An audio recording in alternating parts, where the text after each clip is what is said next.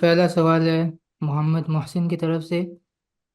वो United Arab Emirates में होते हैं और ही completed his BS in electronics in 2005. He is 42 years old. He is also our student.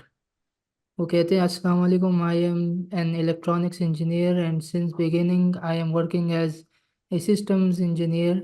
Currently I am a senior systems engineer and doing SCADA software development for metering systems in the oil and gas sector. I have around 15 years of experience in this field, but now I am looking forward to switch my career as there is no progress in this career. As of now, I am doing cloud cybersecurity diploma that I just started. Can you please guide me how to switch to DevOps or AI Ops and get a job in these sectors in the Middle East, preferably in Saudi Arabia? Will CISSP certification help me in getting a job along with these diplomas? Are these diplomas accepted or recognized in the Middle East? Most importantly, how much should I expect to earn? Please guide me, much appreciated. सबसे पहली बिस्मिल्लाहिर्रहमानिर्रहीम। सबसे जो पहला इनका सवाल है कि 2005 में इन्होंने बैचलर्स इंजीनियरिंग की थी इलेक्ट्रॉनिक्स में, उसके बाद से सिस्टम इंजीनियर के तौर पे काम करते आ रहे हैं, so on and so fourth.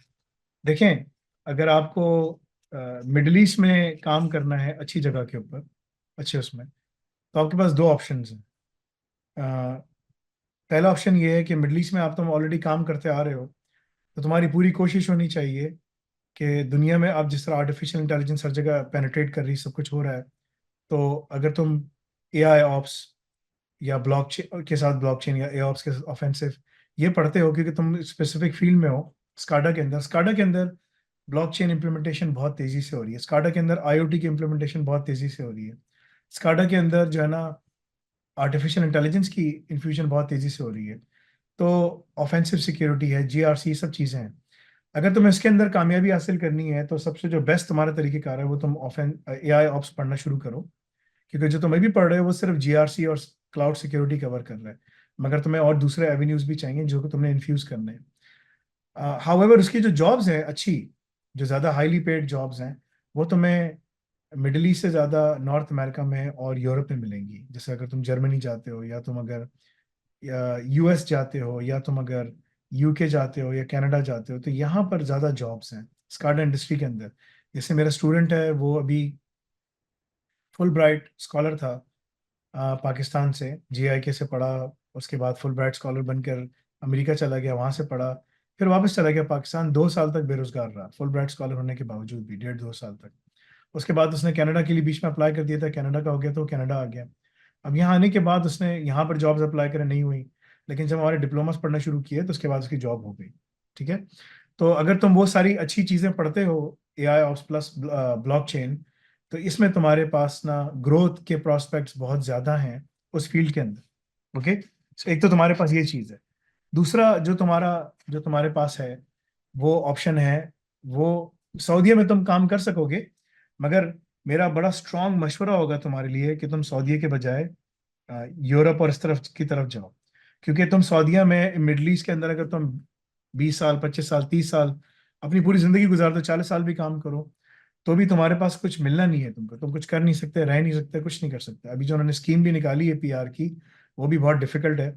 और वो हाईली, वो लोग जिनकी नेटवर्थ ज्यादा है उनको वो लोग बिठा के दे रहे हैं ना। 8.5-9 लाख रियाल के अंदर वो आपको पूरा उनका पीआर, प्रीमियम रेजिडेंसी मिलती है। ठीक है, वो भी कोई सिटीजनशिप में कन्वर्ट नहीं होती, तो तुम फिर भी फंसे रहोगे। तो बेहतरीन तुम्हारे लिए मशवरा है, एआई ऑप्स प्लस ब्लॉकचेन पढ़ो, और सारा अल रज़ाक में अपने आप को लेकर आओ। अल रज़ाक में अगर अपने आप को लेकर आते हो, तो तुम्हें जॉब प्लेसमेंट हमारी तरफ से, फिर हमारे ऊपर, फिर हमारे ऊपर, then we are responsible for your job placement, right.